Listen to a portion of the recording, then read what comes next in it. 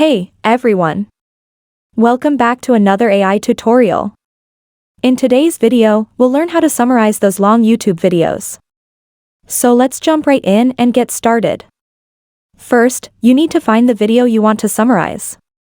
For this tutorial, I'm choosing a video from Lex Friedman's channel because, let's face it, his videos are not only packed with information, but they're also super long. Once you've picked the video, the next step is to copy the URL. Hit the share button under the video, and you'll see a shortened link pop up. Now, open a new browser tab and head over to Summarize. Tech. I'll drop the link in the video description below. This is the AI tool we'll be using to generate a summary of the video. Once you're on the site, you'll see a simple interface with a text box. All you need to do here is paste the YouTube URL you copied into the text box and hit a submit. The AI will work its magic, and in a few seconds, you'll have a short summary of the entire video.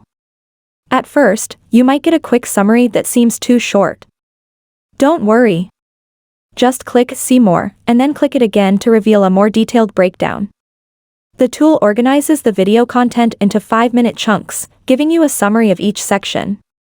As you can see, this AI tool breaks the video down into time intervals, making it super easy to jump to the parts that matter most to you.